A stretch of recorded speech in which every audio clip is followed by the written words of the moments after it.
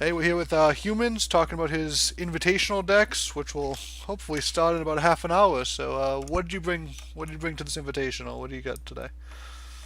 Well, first up, I have Cassava, and my reasoning for that is I'm pretty sure Cassava is the best tournament deck in the meta right now. It's important that I specify tournament deck because it's a little bit less consistent than some of the other decks. So on ladder, um, you really struggle to get maybe over like 75 or 80% win rate because with a bad draw, you still lose to players that are like decently worse than you. I think there's better ladder decks, but Casper's the strongest tournament deck, and you can see that seeing as I think something like six or so I think it was seven people out of the eight bought Cassava. So my little twist on the deck is I want it to it's a really greedy deck. I want it to be able to win against control decks in the mirror. That's why I have the Meltdown, the Obliterate, and the two Nether Summons. And also why I put an Ephemeral Shroud in there. That's a usually you either run three or you run none. So the rest of it's pretty standard, the same as most people's lists. Just I think I took out some things like Avoid Pulse, usually another Blood Tier and stuff like that. So also usually two Spectral Blades. So yeah, that's the reasoning for that list. I think it's strong enough against aggro that you don't have to worry too much about running a really heavy top end like I am. But yeah, I foresee this deck, even though I'm a terrible Casper player, I foresee this deck going really well. So you're targeting the control decks that you're expecting Well, to see. Casper's naturally good against aggro decks. I feel she can out heal with the three healing mystics and the things just like Void Pulse and the Kalena, Kaleno. right? I mean, Yeah. it relies a lot on drawing Kaleno, but even if you don't, you have your ping, you have a lot of removal, like a huge amount of removal. So if you draw your Kaleno, you just win, and then if you don't, you still have a chance to win, sort of getting a decent draw and getting the right tools to deal with their board and just perhaps even out damaging them. Right. Okay. And next up, you have Faye, I believe, right? Oop, Yeah. oop, there we go. So this Fey list, uh, if you know me, you know I'm a Vanna main. I've been playing Vanna for pretty much the last 6 months, or maybe at least 5 months. And I originally started with Fae. Actually, I think I ran an aggro Fae list for a little bit on ladder. Then I switched to Kara, and then I tried Wall Fae, and then I went back to Kara for ages. But yeah, I main Vanna, and this is Solifid's pretty much his old list with one tweak of changing Primus Fist to a White Asp. I love White Asp. I think it's an amazing card, but I don't like running more than one because sometimes it's a dead card. It can't be useful. It combos really well with the Concealing Shrouds as well. But it's a pretty standard list. I think it's one of the best on the ladder right now. Solifid used it along with a couple other lists, one of which I'm also using to get the top of the ladder. And I also bounced around the top five of the ladder running this exact list. So I think it's a really strong list. It does struggle a bit against counter aggro decks, which I expect to see a lot of. But I'm hoping to steal a win against someone's greedy control deck. Like for example, I feel like this list would be favored against my my cast list because my cast list is just a little bit too greedy. Um, but we'll have to wait and see how it goes. I think I'll have to sort of get lucky when I queue up and try and snipe with it. I think this is probably my second strongest deck. Right, I mean, this is the type of deck where your minions aren't expected to really stick on the board, so they all No. kind of have a finite damage output. So the games you lose are sort of when your opponent can out heal that damage and kind of attrition you down, because you don't have kind of the repeated threat on the board that you'll see out of some, It more does have a sticky way minions. to win. There's been a lot of games where because it has the spelljammers, the what's it called, frigid corona, and also the alkaline lawmaster and stuff like that. It can actually sustain for quite a long time, at least 8 or 9 turns, and then you can do amazing things with enfeeble to come back in the game. So if you chain a few Concealing Shrouds, just dealing 3, 4, 5 damage a turn to them, and then all of a sudden they've built up a board trying to stop you, and you do something like Enfeeble, Blistering Scorn. Now all of a sudden, you've got like a huge life advantage, you've got board advantage, so you don't have to worry too much about if they heal. But sometimes if they heal over probably about 15 life, then you really start to struggle unless you also got a really good draw. Right, you're talking about kind of Kaleno is really one of the cards that can do Yep. that if you can't draw. Kaleno, Earth Sphere, some Lionar lists also run, everyone's running Healing Mystic, and a lot of people are also running Scintilla? Azure Herald. Oh, right. Those two cards just in Magmar and Argion and Lionar. So, and then there's lots of healing cards like you said, Scintilla, Circle of Life, just things like that where there's lots of different ways you can stack up to over 10 healing. So that's when the deck starts to struggle. You can usually handle an Earth Sphere and a Healing Mystic. That's not going to slow you down. That's going to slow you down maybe like a couple of turns, but it's not going to lose you the game. But if they follow it up with some more healing, if someone gets like double Earth Sphere, then you're kind of sitting there and you're struggling. Right, yeah, the card quality is you get kind of burnt out a little bit.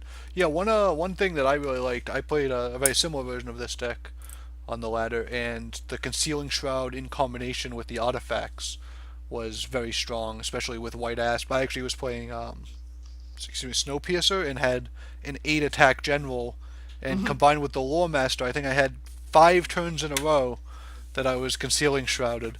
And you can get some pretty interesting combinations. I think the Lore Master is a really interesting addition to this type of deck, and I think the spells that this deck got in the new set, probably the most out of any other deck. I think the new Vanar spells are pretty interesting. The Shroud, Corona, and Enfeeble.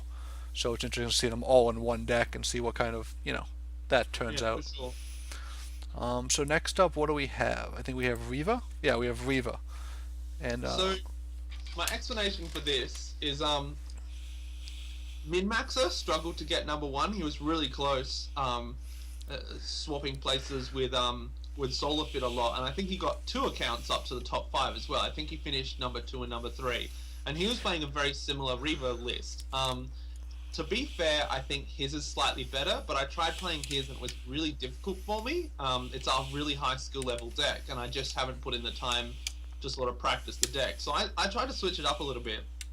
I decided to put in, firstly, the lions, the tiger rather, is something that you don't usually see. You don't really see Saberspine Tiger. That's in there.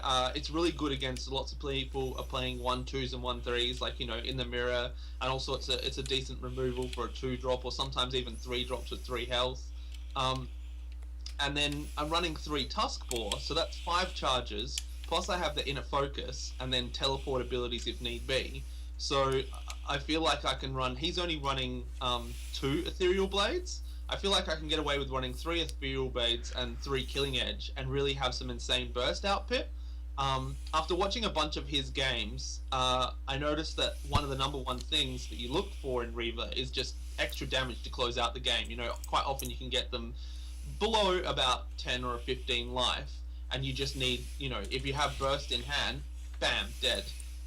Another interesting addition was the Lakian. I played around with 2 Heaven's Eclipse, and I felt like it's a really heavy tempo loss to Heaven's Eclipse. So I shoved in the Lakian. I don't want to run 2 Lakians because, again, it can be a bit of a dead card, whereas I feel like running a Lakian and a Heaven's Eclipse gives me options, whether I want to get a bunch of spells with the Blood Rage Mask and the Sharkery, search for my teleport or charges, or whether I want to just drop the Lakian, because it's a decent body that then also refills your hand, so you can really, it's kind of like Spelljammer. So it's more like, to me, it's a 4th Spelljammer. So I also added the Flameblood Warlocks just to have extra damage. There was a game that I played where I had Flameblood Warlock, Inner Focus, and a Ethereal Blade, along with some other stuff.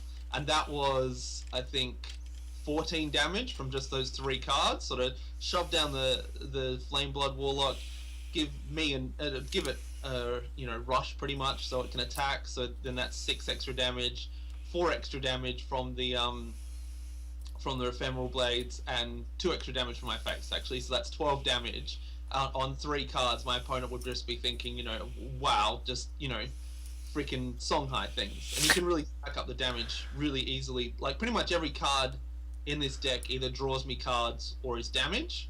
It will struggle against, again, the same stuff that my Fey deck struggles against. There's a bunch of healing, and that's the other reason I think this was a good addition, was because if you are weak to a bunch of the same things, like I said, with this deck and my Fey deck, then you can really, you just throw a game against any strong healing decks. If they're running 3 or 4 strong healing decks, I might be in trouble, but we'll have to wait and see.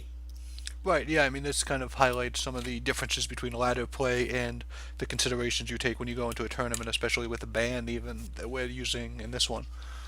Mm. So yeah, no, this is interesting. I mean, you kind of excluded the Key Beholder and Four Winds Magi, which were really kind of staples of the deck before the new cards came out. So what kind of led to you pushing away from there? Were you just trying to get more face damage and kind of Yeah, go a more aggressive build? entirely an aggressive build.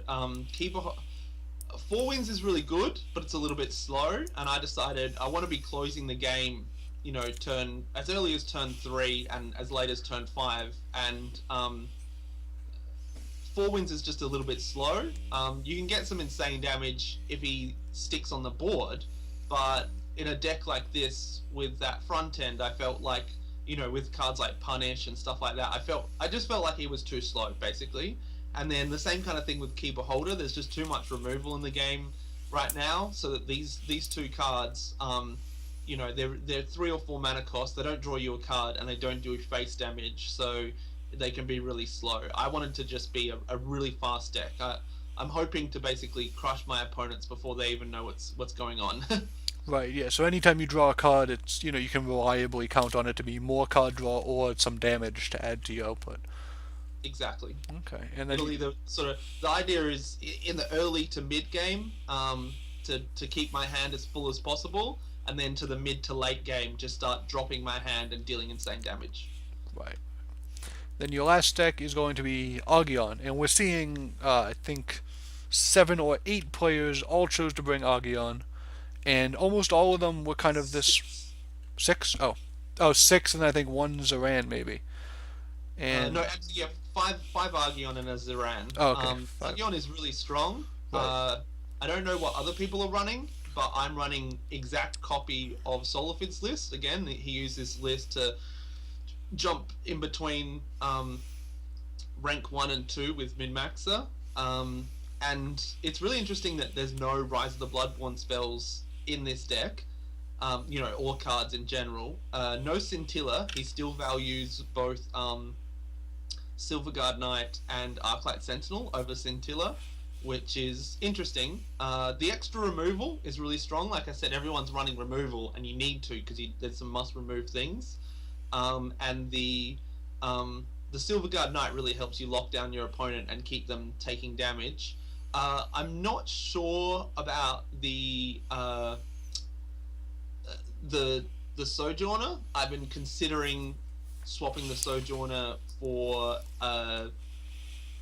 Spelljammers instead, but the deck seems to work well with, you're already running 4 cost things, one of which fills your hand as well, so you probably want the extra 3 cost to easily drop it, and your 2 of your 3 cost spells aren't necessarily, minions aren't necessarily things that you actually want to play on turn 1 as player 2.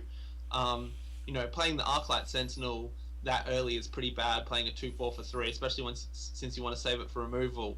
And also playing the Silverguard Knight or the Tiger. The Tiger's not too bad as removal, but playing the Silverguard Knight can kind of give you a bit of a problem in that they can just start running away from you early because they know what you're doing, or they position it in such a way that it's going to be awkward to move it around and still keep it with its what's it Zeal. called? Zeal, that's Zeal. the one. But yeah, so I just figured, I think Solifid's pretty much the best deck builder and one of the best players. So I went whatever he thinks goes. Right, yeah, we Mara actually wrote an article featuring a lot of his decks on Nine Moons, I think yesterday.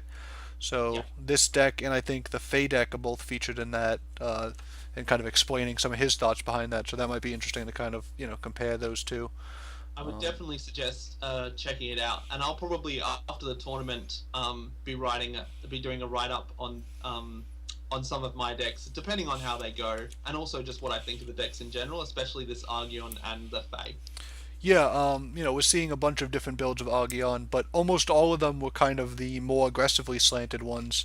Some of them included the Scintillas and Trinity Oaths from the new set, but almost I don't think any of them actually included Ironcliff Guardians or anything like that. So we're seeing kind of a push towards a Yeah, faster version. I think that's the meta right now. There's so much removal that you can't get away with playing big fat creatures, and you need to have kind of like either pressure or removal yourself. You need to be able to remove your opponent's early minions, and then you need to be able to like pressure them quite a lot. And you'll see pretty much all four of my decks run that basic idea that you need to have removal and pressure, or you lose. Right? Yeah, you're playing even all your decks seem pretty aggressive, and I think that's a pretty common trait for a lot of these players that are playing in the tournament setting. So yeah, it'll be interesting to see how these perform, and I wish you good luck in the event, which starts I think relatively soon. So you better In get about 15, 20 minutes, I'm yes, prepared. excellent. Ready to go. So good luck, buddy. Talk to you soon.